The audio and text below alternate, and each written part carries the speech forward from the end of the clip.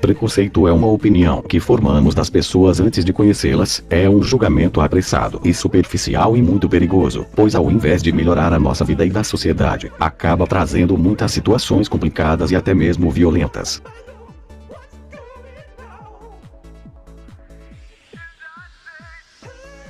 As pessoas que não conseguem deixar de ser preconceituosas podem vir a se tornar racistas. O racista acredita que existem raças superiores às outras, o que é grande tolice, pois na espécie humana, não podemos dizer que existam raças. A cor da pele, a forma do nariz, o tipo do cabelo, o tipo do sangue, o formato e cor dos olhos, a espessura dos lábios, não são suficientes para estabelecer diferentes tipos de raças entre os seres humanos, que biologicamente são iguais em quase tudo, restando pequenas diferenças externas pouco importantes e que não servem para fazer com que os sejam superiores ou inferiores aos outros e vice-versa.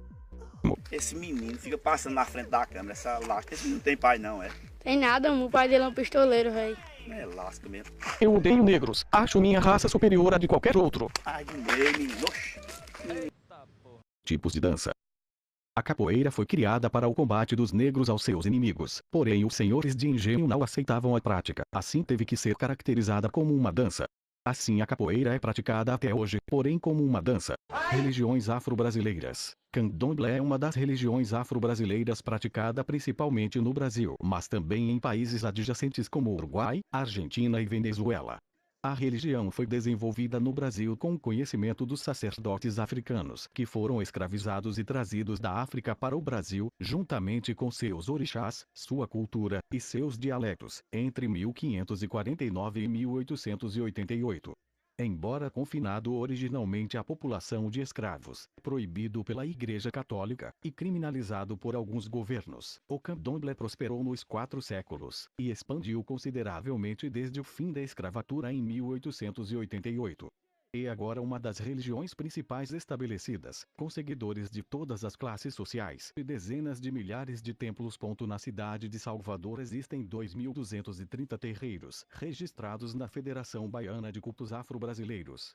Entretanto, na cultura brasileira as religiões não são vistas mutuamente como exclusivas, e muitos povos de outras crenças religiosas participam em rituais do candomblé, regularmente ou ocasionalmente. Orixás do candomblé, os rituais e as festas são agora uma parte integrante da cultura e uma parte do folclore brasileiro. Crenças. Candomblé pode ser considerada uma religião monoteísta, onde a palavra de Deus é traduzida nas várias línguas utilizadas em seus rituais. Os orixás, voduns e inquices não são considerados deuses e nem são comparados a Deus. Também é considerado uma forma de espiritualismo por cultuarem outros espíritos, derivados das religiões africanas. Alguns nomes de orixás. Ogum é um orixá guerreiro e conquistador, ligado à luta e ao trabalho. Ele ensinou aos homens a forja e metalurgia. Seu dia da semana é a terça-feira e suas oferendas são feijoada, vatapá e inhame com feijão preto. A cores de Ogum é o azul e seu dia da semana é a terça-feira. Dizem que Ogum é o dono de 7 instrumentos de ferro: alavanca, machado, enxada, picareta, espada e faca, com os quais ensinou o homem a dominar a natureza. Exu é um orixá polêmico e suas cores são o vermelho e o preto. Seu símbolo é um bastão com cabaças e seu dia é a segunda-feira. É o orixá da comunicação e do comportamento humano, senhor dos caminhos e dos encontros. Também é responsável pela ligação do mundo humano com o mundo espiritual. Exu já foi associado ao demônio no catolicismo. Ele deve receber as oferendas em primeiro lugar. Seus filhos podem lhe oferecer farofa com dendê, feijão, inhame e cachaça. Oxalá ocupa uma posição mais alta que os outros orixás, seus filhos se vestem de branco, e seu dia é a sexta-feira. A ele podemos oferecer arroz doce e canjica. Avesso a qualquer tipo de violência, Oxalá aprecia a pureza e a ordem. Na festa do Xirê, invocação aos orixás, para que desçam a terra, Oxalá é o último a receber as homenagens, pois simboliza a totalidade, e todos os seres humanos. Você destruiu o meu ovo! Culinária afro-brasileira. Os africanos, quando foram trazidos para o Brasil, já eram dotados de uma vasta sabedoria na culinária. Alguns dos produtos que podemos destacar como marcantes na influência da culinária brasileira: o azeite de dendê é sem dúvida uma das maiores contribuições para a comida brasileira. É indispensável em inúmeros pratos típicos do Brasil, tanto diretamente como ingrediente, como indiretamente na confecção deles.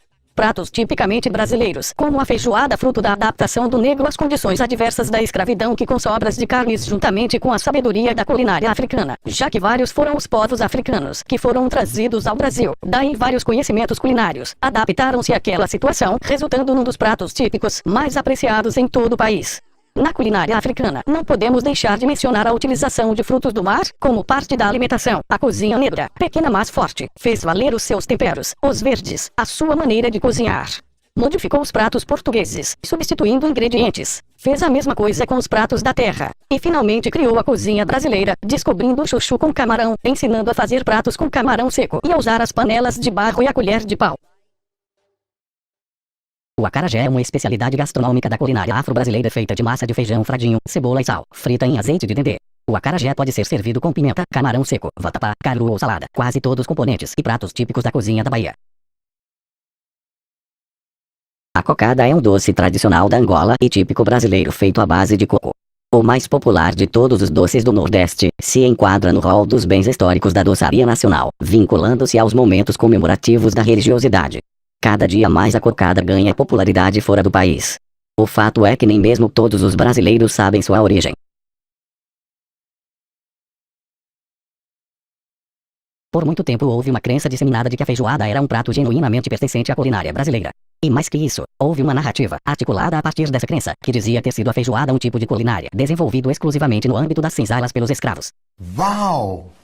A conclusão que podemos tirar disso tudo é que o preconceito racial existe e não pode ser ignorado, e que a melhor forma de prevenção contra o racismo é ensinando, desde cedo, nas escolas que o preconceito é crime em que se deve aceitar as diferenças. Todo cidadão deve saber que racismo é crime e deve ser denunciado.